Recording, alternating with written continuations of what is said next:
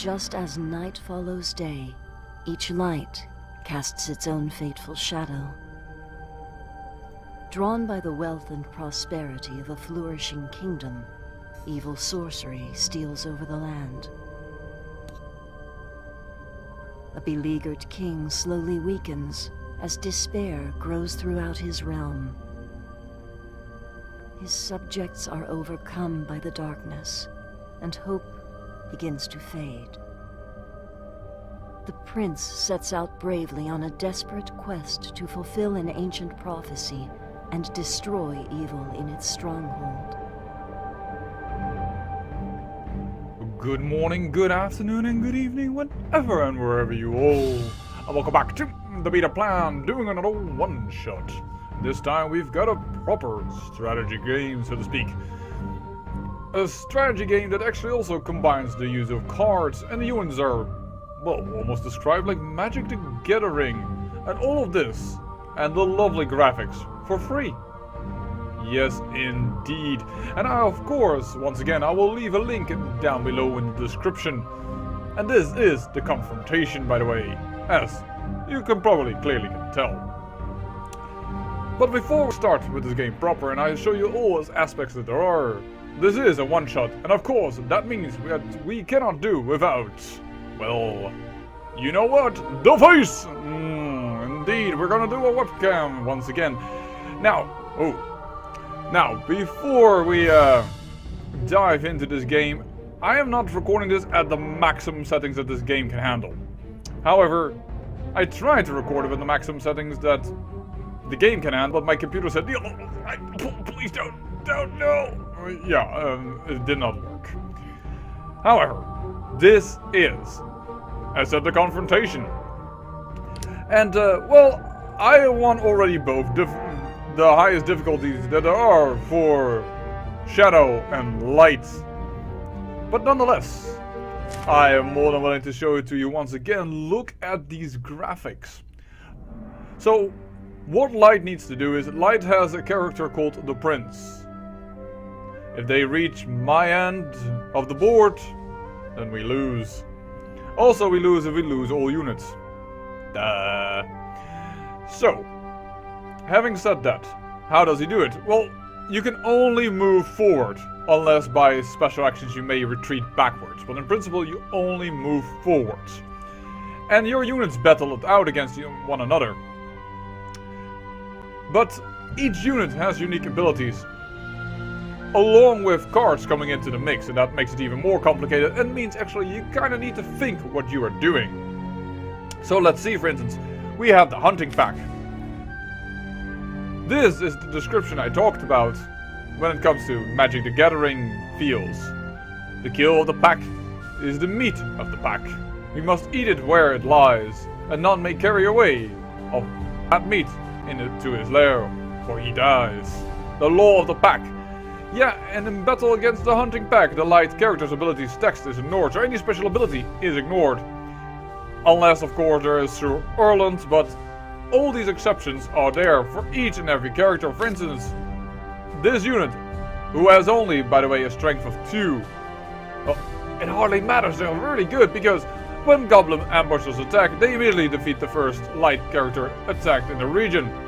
They just kill it, the first one. So if there's only one light unit in the region, they're dead. There are some exceptions, because Durian the Slayer always defeats the goblins. And if they attack Ragnar the Fierce, both characters are defeated. But wow, that's a good ability, and cancelling these abilities against one another is important. So I like to put the goblin ambushers on front. They're not super strong, but they can certainly take out something. Now I like to put the Minotaur in the Badlands, because his special ability, as you can see, can reveal to defeat a character using secret passes when in a labyrinth. Well, the labyrinth is over here, and it allows a light character to move from this tile to that tile as a unique ability to the light faction. So we'll put the Desert Lurker over here, which, by the way, always retreats back to this tile after he defeats an enemy. Simply what he does. So yeah, not all abilities are extremely good. For instance, the Hill Giant, who, by the way, though, is extremely strong with 9. He can be defeated, don't worry. Well, I can't boost him. He is 9, and that's what it is. I put him in the stronghold. I will put the Ice Dragon over here because it can fly. And listen, by the way, to those sounds and see those graphics. Wow. Can attack a solitary light character anywhere on the board.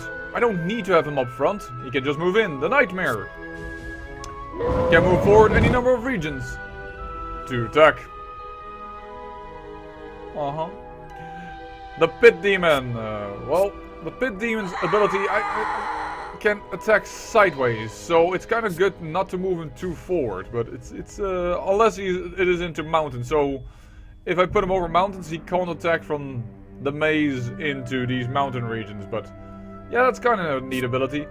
Let's put the Necromancer here and the Pack. By the way, perhaps we should put the Pack there. Because the Pack is not very strong, and you know what? Let's put the Demon over here. Ice Pick over there. Voila! There starts the game. Now, as you can see in the below, but I will bring it up, there are also cards. I can throw a special card that is the Spy, and then we can actually see what type of units he has everywhere. We also have the Summoning Portal, means that we can get a creature all the way from anywhere on the board back to our stronghold, which is kind of important. As I already said, one of the ways for the light side to win is if the Prince, this character, reach our side. So Summoning Portal is more or less the cancellation of that. The light side can move double as a special card and can resurrect this character if he dies in the Darkwood. So I really don't want him to die in the Darkwood because this is their strongest character. Base strength, 5 strength.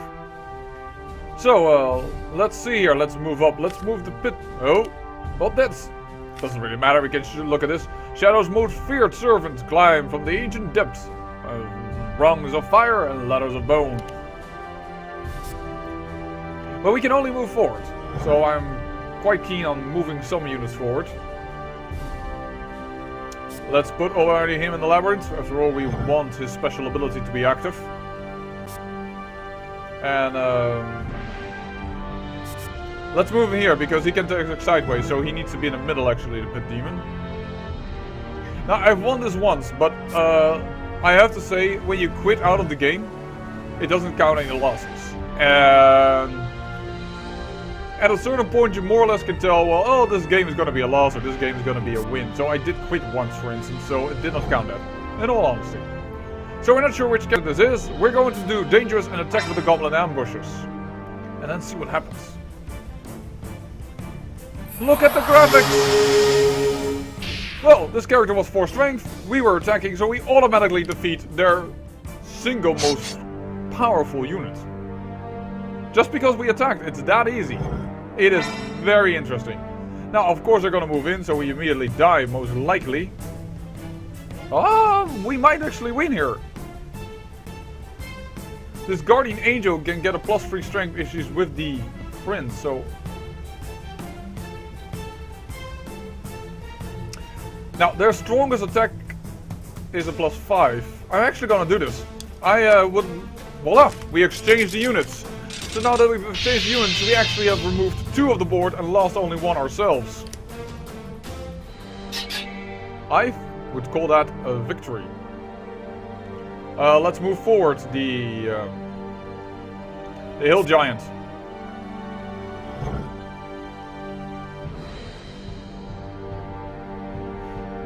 And let's move forward to the Hunting Pack. This game lasts a lot longer. I had recorded actually a previous game, but, well, as said, the computer didn't entirely enjoy me setting the graphics to the highest, so I had to redo it, and I won that game, like, instantly, more or less. Oh, against Loras, who automatically defeats the Ice Dragon, so we really don't want to do that. Unfortunately, that is cut off right now. So +4 is our strongest card. She could do Noble Sacrifice though, so +4 could lead to +7. I don't want to lose him, so let's say +8. She uses magic. They use their magic. That's their very powerful card where you can bring back one of the previous cards you've used. And now we, well, we canceled each other out. Death, unfortunately, for my Minotaur. But now my Ice Drag cannot be instantly defeated. Let's move the Desert Lurker forward. So the Shadow side has the more powerful units. But good has a few very good cards. The light side. I shouldn't say good side, the light side. That will make it confusing. So now they attack again. Let's see with what. It automatically defeats the pit demon normally, but it can't do that right now. So I don't want to lose this unit. They can maximum do +4. We are +5. Now we're 7. They can maximum do 6. Or they will do the noble sacrifice, which they don't do. They lose a unit. We're doing pretty good. Well, I think the dark side will win. So join it for your cookies. So as you see, I won that battle. Hence my desert lurker goes back. We immediately move them upwards. They occupy the labyrinth. We don't want that. We move in with the desert lurker immediately. Oh dear, now we both lose. Automatically, if you fight Ragnar the Fierce, you both die. His special ability. Noble, but a little bit foolish, I would say.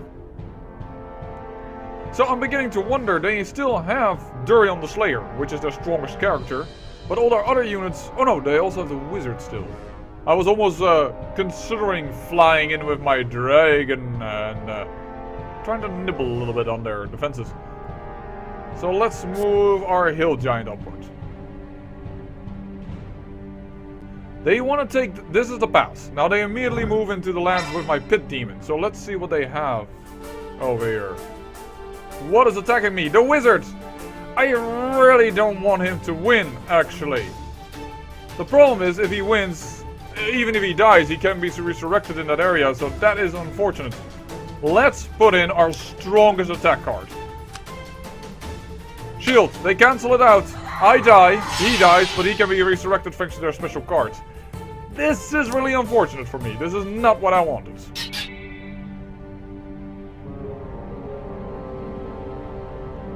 And unfortunately, my hill giant, as you can now see, can't move to the side. He's incapable of doing so.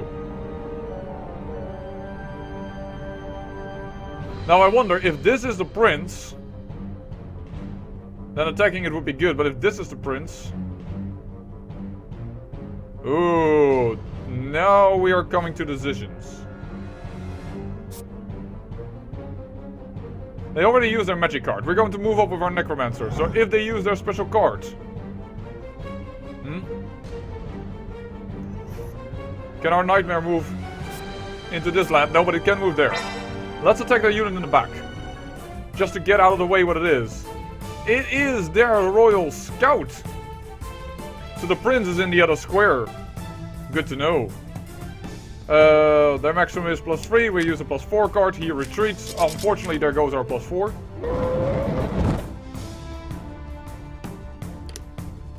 And I think that also... So we know this is the Royal Scout. We have to remember that.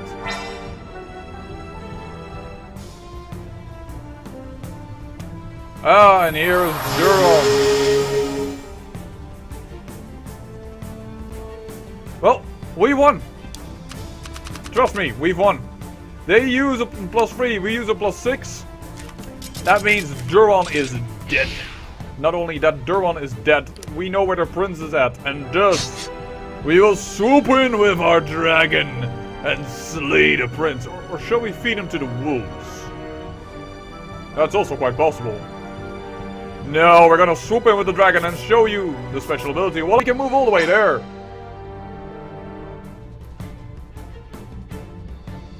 Hello, Mr. Prince.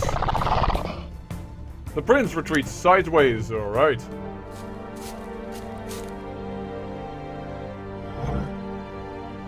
That is a smart move, because now I can't seem to get him, I think. No, indeed I cannot. And if he uses his special ability when he gets here, he will win. But for that we will use our summon portal. Let's first kill their scout.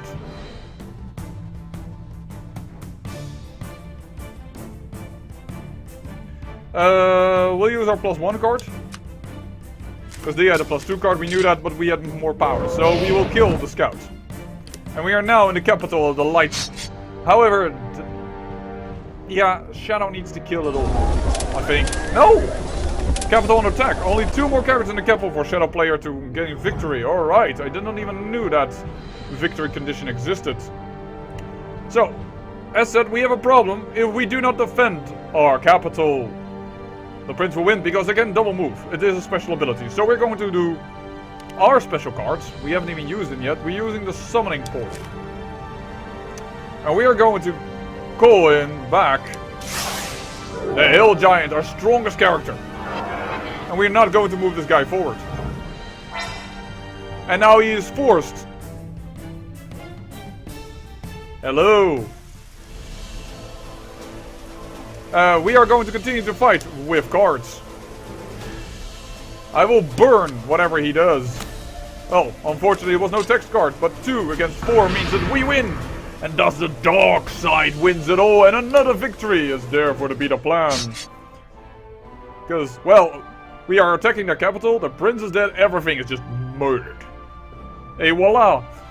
38 turns, total battle count 11, shadow characters defeated 4, special cards used 1 of 2, light characters defeated 9, so wow, we have more than a 2-to-1 ratio. They did not even have the chance to use their best card. Deadliest character, Desert Lurker, most traveled, the Hill Giant, well he has the longest legs of course.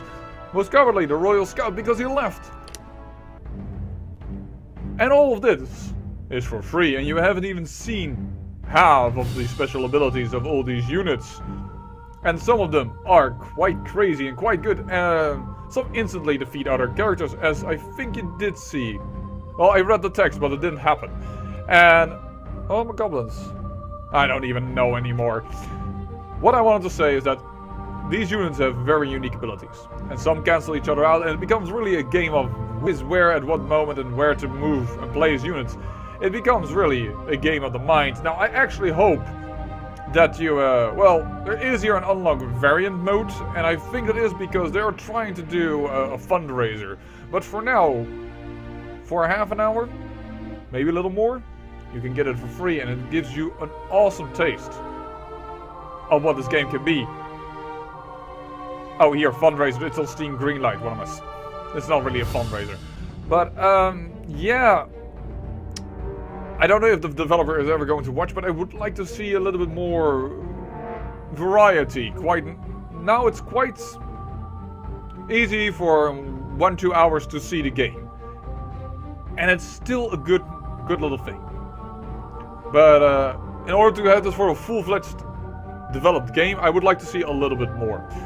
Nonetheless, I hope you enjoyed this little confrontation of victory in a strategy game in this one-shot, with the dark side winning from the light side, because man, those dark people always get it in movies and stuff. It's just unfair. Anyways, I thank you for watching, and remember, great peril yields great beauty.